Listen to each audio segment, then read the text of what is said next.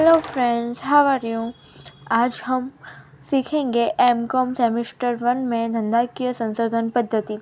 देखिए, सम्स तो सभी लोग सिखाते हैं, आपको सम्स बहुत सारे मिल जाएंगे यूट्यूब पर थियोरी बहुत कम लोग सिखाते हैं। तो हम आज थियोरी ही पढ़ेंगे। थियोरी ऐसे से याद नहीं होगी, कोई भी थियोरी आप ले लो, आपको समझ नहीं होती है तब जाकर आपको थियोरी याद होगी। आप ऐसे ही थियोरी याद करने जाओगे तो आपको बिल्कुल भी थियोरी याद नहीं होगी, और लोग थियोरी ज़्यादा समझाते भी नहीं हैं। तो हम आज धंधाकीय संशोधन के यूनिट 1 का पहला जो चैप्टर है, जिसमें ओनली फॉर थियोरी ही पूछने वाली एग्ज़ाम में, तो हम उसकी थियोरी पढ़ेंगे, ठीक है। इसमें हम पहले तो मैं आपको इम्पोर्टेंट जो थियोरी है वो आपको बता देती हूँ। एक तो संशोधन का अर्थ जो एग्ज़ाम में आती है। पहला है संशोधन का अर्थ, संशोधनी व्याख्या। ये बहुत ही इम्पोर्टेंट है। संशोधन हेतु ये आपको याद करना ही है। ये पूरा संशोधनी व्याख्या और संशोधन हेतु एक ही क्वेश्चन में आएगा, अलग अलग नहीं आएगा, एक ही में ये पूरा आता है। फिर संशोधन प्रकारों, वो भी एक इम्पोर्टेंट क्वेश्चन है, वो पूरा एक क्वेश्चन बनता है। संशोधन प्रकारों समझाओ, ठीक है। उसका अभिगम आप देख लेना।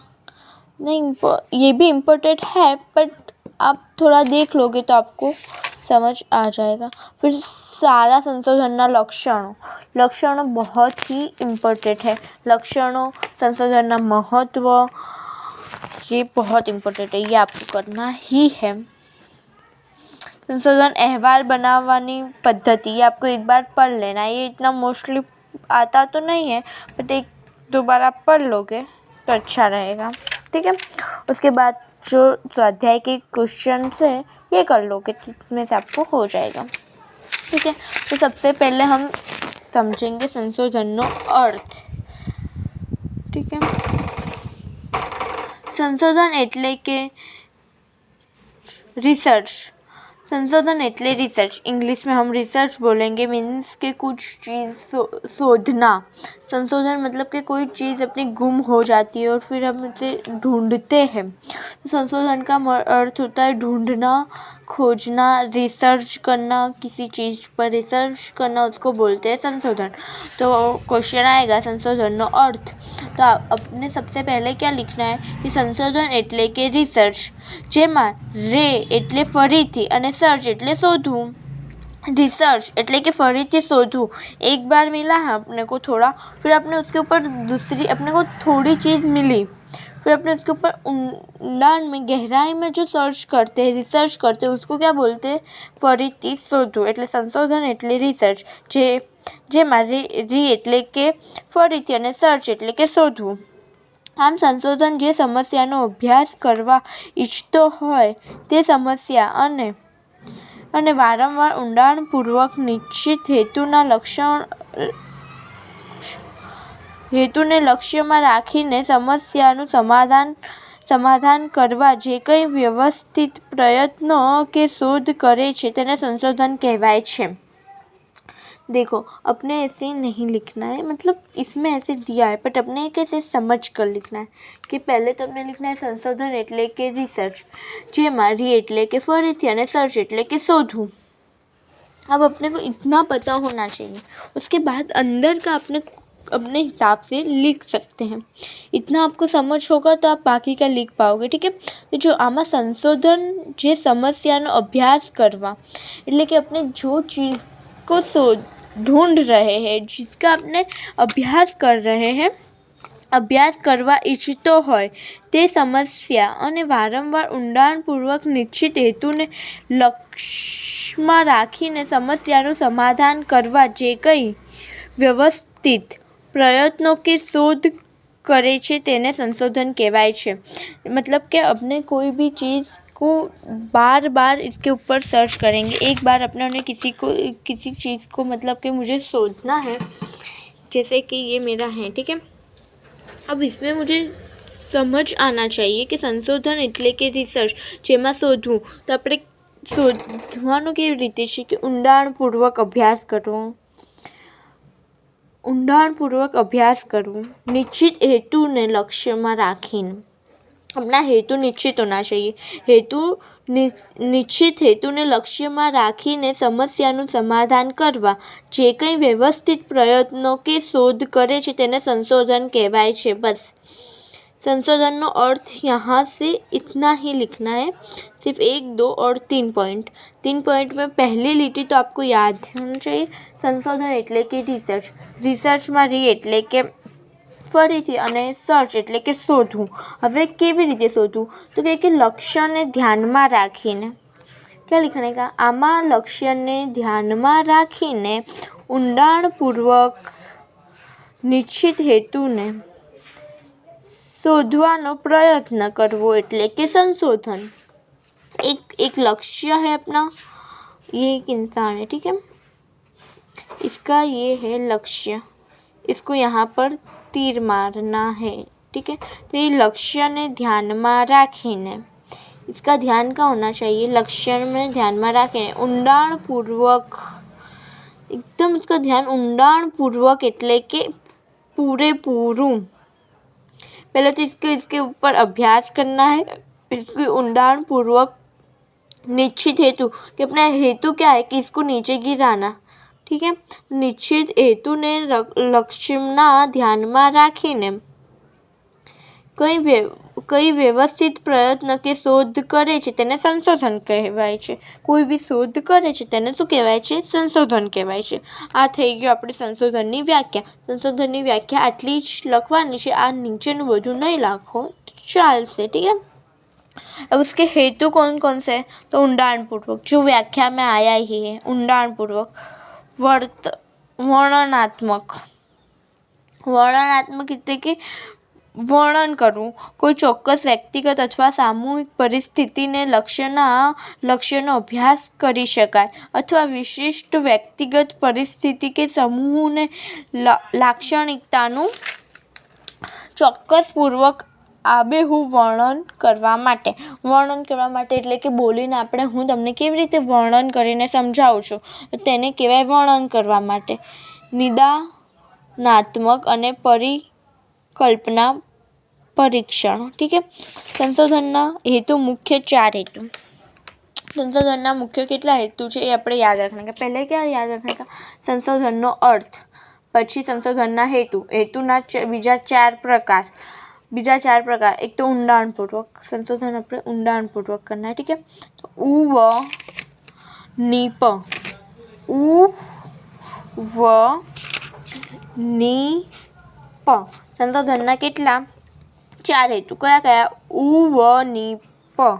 ઉ એટલે ઊંડાણપૂર્વક, વ એટલે વર્ણનાત્મક, ની એટલે નિદાનાત્મક અને પ એટલે કે પરિકલ્પના પરીક્ષણ, ઠીક है. ઉ વ ની પ કેટલા? 4 હેતુ. તેના સંશોધનના કેટલા હેતુ? સંશોધનના 4 હેતુ. સંશોધનના કેટલા હેતુ? સંશોધનના 4 હેતુ. 4 હેતુ કયા કયા? ઊંડાણપૂર્વક, વર્ણનાત્મક, નિદાત્મક અને પરિકલ્પના, ઠીક है. વર્ણનાત્મક, વર્ણ યાદ રાખવાનું, પાછળ નાત્મક. નિદા યાદ રાખવાનું, પાછળ નાત્મક. પરી યાદ રાખવાનું, પાછળ કલ્પના. પરીઓની આપણે કલ્પના કરીએ એવી રીતે પરિકલ્પના પરીક્ષણ, બરાબર. હવે ઊંડાણપૂર્વક શું છે? ઊંડાણપૂર્વક તો જે માહિતી ઓછી જાણીતી હોય તેનો ઊંડાણપૂર્વક અભ્યાસ કરી શકાય. ઘટનાની અંદર નવું ઊંડું જ્ઞાન પ્રાપ્ત કરવા માટે.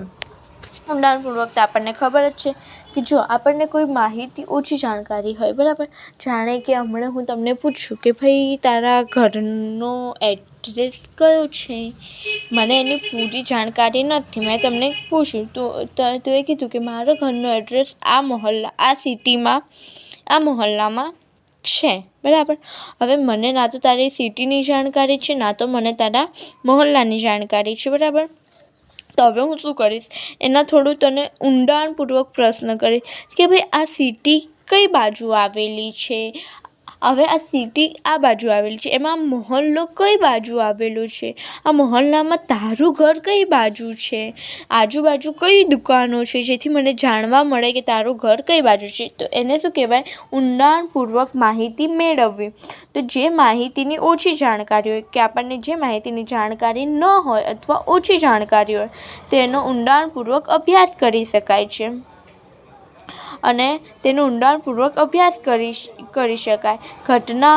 ઘટનાની અંદર નવું ઊંડું જ્ઞાન પ્રાપ્ત કરી શકાય અને તે ઘટનાની અંદર આપણે ઊંડું જ્ઞાન પ્રાપ્ત કરીએ. હવે કોઈનું એક્સિડન્ટની ઘટના થઈ, આપણને નથી ખબર કે કોનું એક્સિડન્ટ થયું છે, આપણે રસ્તામાં જતા છીએ, હવે કોઈની એક્સિડન્ટની ઘટના થઈ, એની આપણને કોઈ પણ જાણકારી નથી, તો આપણે શું કરીશું? આજુબાજુ જે હશે તેને પૂછીશું કે ભાઈ આ કોનું એક્સિડન્ટ થયું, કેવી રીતે એક્સિડન્ટ થયું, આ ઘટના કઈ રીતે બની.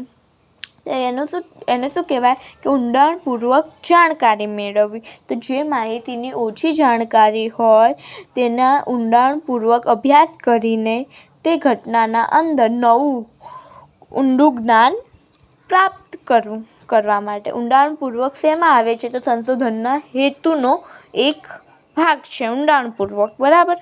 પછી એનો બીજો ભાગ શું છે?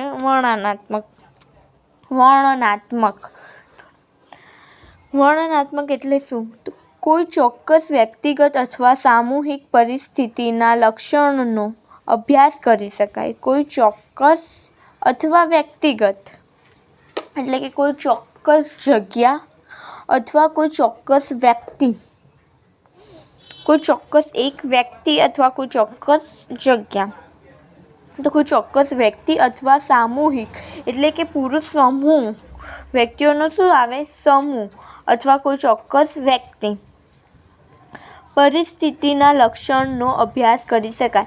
તેમની જે પરિસ્થિતિ છે કે તેમની પરિસ્થિતિ કેવી છે, આ વ્યક્તિની પરિસ્થિતિ કેવી છે, આ સમૂહની પરિસ્થિતિ કેવી છે, તેનો અભ્યાસ કરી શકાય. અથવા વિશિષ્ટ વ્યક્તિગત પરિસ્થિતિના સમૂહની લાક્ષણિકતાનું ચોકસાઈપૂર્વક આબેહૂબ વર્ણન કરવા માટે. વ્યક્તિ અથવા સમૂહના લક્ષણોનો અભ્યાસ કરવા માટે અથવા વિશિષ્ટ વ્યક્તિ, વિશિષ્ટ એટલે કે અલગ વ્યક્તિની પરિસ્થિતિના સમૂહની લાક્ષણિકતાઓ, કે આ સમૂહની લાક્ષણિકતા કઈ કઈ છે, લાક્ષણિકતાઓનો ચોક્કસપૂર્વક આબેહૂબ વર્ણન કરવા માટે. ખબર પડી? વર્ણનાત્મક એટલે કે વર્ણન કરવા માટે. તો શેનું વર્ણન કરવા માટે? વ્યક્તિ અથવા સમૂહના પરિસ્થિતિના લક્ષણોનો, કે આમની પરિસ્થિતિ કઈ છે અને આ પરિસ્થિતિના લક્ષણોનો અભ્યાસ કરી શકાય છે. તેને શું કહેવાય છે? વર્ણનાત્મક. હવે ત્રીજું શું છે? નિદાત્મક. કોઈ પણ ઘટના કેટલી વાર બને છે તેનું નિદાન કરી શકાય, અથવા જે કંઈક બને અથવા જે સાથે અન્યના જોડાણની આવૃત્તિ નક્કી કરવા. નિદાનાત્મક એટલે શું? નિદાન કાઢવું, કે કોઈ પણ પરિસ્થિતિ કેટલી વાર બની છે તેનું નિદાન નીકાળવું, એટલે કે તેને શું કહેવાય? નિદાનાત્મક. કોઈ ઘટના કેટલી વાર બને છે, કોઈ ઘટના કેટલી વાર બને છે, જાણે કે એક રોડ છે તેમાં અવારનવાર એક્સિડન્ટ થતા હોય, કે આ રોડ પર કેટલી વાર અવારનવાર એક્સિડન્ટો થાય છે, કેટલી વાર અહીંયા આવી ઘટનાઓ બની છે.